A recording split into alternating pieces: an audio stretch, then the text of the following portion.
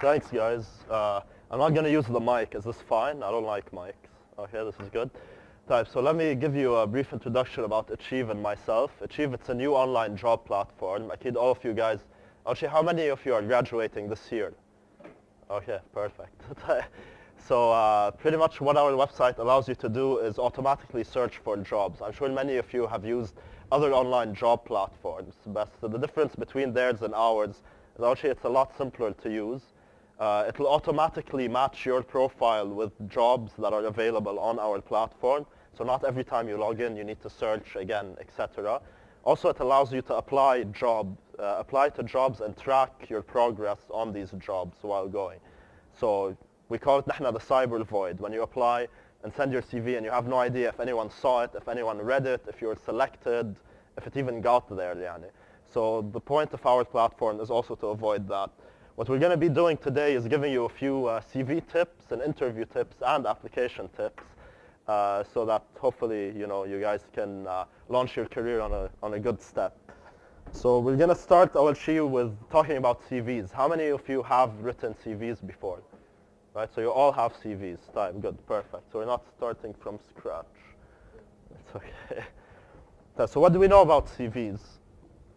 Actually, we call them the passport to your career, okay? It's the first thing recruiters are going to see to decide whether or not you're going to be invited to an interview, right? We all know that. You're going to send your CV, they're going to check out your CV and then invite you to an interview. How many people on average do you think apply to job vacancies at a fresh graduate level? All of them?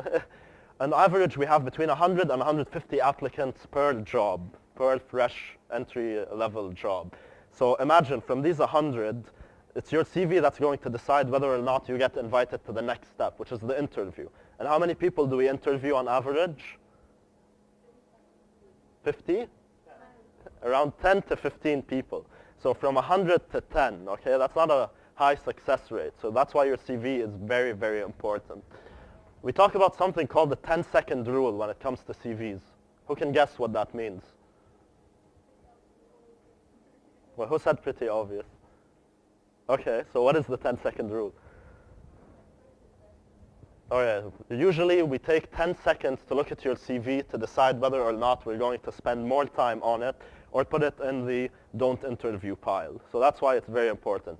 With CVs, we're trying to present something called competencies. Has anyone heard this word before? Business students mostly, probably. Okay, so competencies are a combination of knowledge, skills, and attitude. What's the difference between knowledge and skills?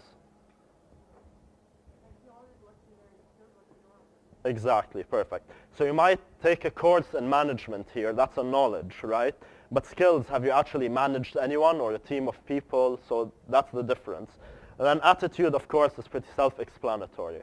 But a competency is one word or one thing that defines all of these together.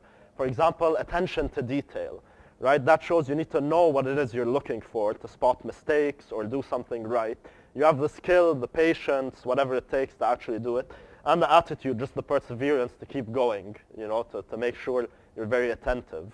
Okay, so what's an example of a job that requires high attention to detail?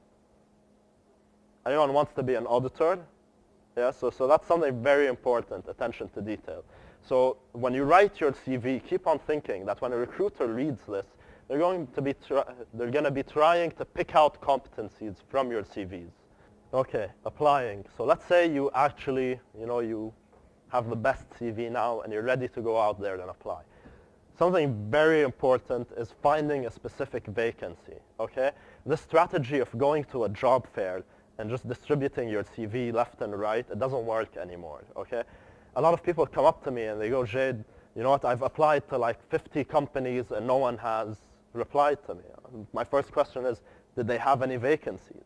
Because many people, their concept of applying is just giving them a CV. But you know what, if they don't have a vacancy, that means you didn't really apply to anything. Your CV is sitting in someone's drawer in an office. So make sure there is a specific vacancy you're applying to. Network. Your network is one of the biggest places where you can find job opportunities. We're not talking about WASTA here, okay? WASTA and networking are two different things. Your family, your friends, your professors. I mean, your professors are people who have been working in the field for God knows how long. They are a big source of contact information, and they can help you get employed. So become friends with your professors. They can really help you. LinkedIn, again, something very important here. How many of you have LinkedIn profiles? Okay, I would advise everyone to make a LinkedIn profile. Pretty much what LinkedIn is just your CV online. It's like Facebook for the professional world, where recruiters will look for you. You can join groups, company groups, etc., and interact with recruiters. So please create a LinkedIn account. Keep track of your applications, okay? Just sending a CV or clicking the apply button is not enough. It's very important to follow up with them to know, okay, what's next? Maybe the vacancy closed. Maybe they hired someone. There was a personal incident that happened to me. I applied to a company, and I went through the interviews. This was like around 4 years ago. And they said, okay, we're going to be sending you the offer within the next 2 weeks. So khalas, I got in. I got the job. I was very happy. 2 weeks passed, I get nothing. I call them up, and they go, we're sorry, we're restructuring our department, and we froze recruitment. So if I hadn't made that call, I was going to wait for God knows how long, and I might have passed up other opportunities just because they didn't bother calling me and telling me. So it is really your role as well to follow up and to keep track with what's going on. And don't be afraid to be assertive. Don't be aggressive. There was once I was working in a company. I got used to every day after lunch, this woman would call me to ask me about her application every day. So I would know, بعد الغداء, I'm going to have a conversation with this person. Don't be this aggressive, okay? But follow up within 2 weeks, 3 weeks of your application. If they tell you, call us back again, do it after 2 or 3 weeks, okay? So don't be afraid to pick up the phone. Visiting, maybe that's just more effort, but the phone call should be fine. And that goes back to finding a specific vacancy and networking to get someone's name within an organization. Interview general conduct. This is the juicy part. I like this part the best. Please be punctual, okay? This is one of the most important things. A lot of people say, be there 20 minutes, 15 minutes before time. It really doesn't matter. As recruiters, we care that you're there on time, because the way we do it is we schedule our entire day with about 8 people to interview. So if you're late, then the next person is going to be late, and so forth, and you've just messed up our entire day. And that doesn't make us happy. So please be punctual, be on time. 5 minutes before time, 15 minutes before time, it's very important. You want to check out the place before so that you know where to park, you know where the building is, you don't get lost, etc. Make sure to take that into consideration. Dress to impress. I mean, when we all go out to clubs, we're makeup for the women. And you know what, we're just dressing to impress. We're going to a club, we don't want the bouncer to stop us, etc. So it's the same thing when you're going to an interview. You're just going for a different image. You want to set a professional image. It's always better to overdress than to underdress, okay? So for guys, that means suit, full suit. Tie is not necessary, but if you're comfortable with a tie, go for it. For women, you need to strike a balance between comfort and looking professional. Okay? I have a story I tell always when I'm giving these types of lectures. A woman once showed up to an interview, and everything was going great. At the end of it, she was wearing very high heels. Okay? It was not the best first impression for an interview.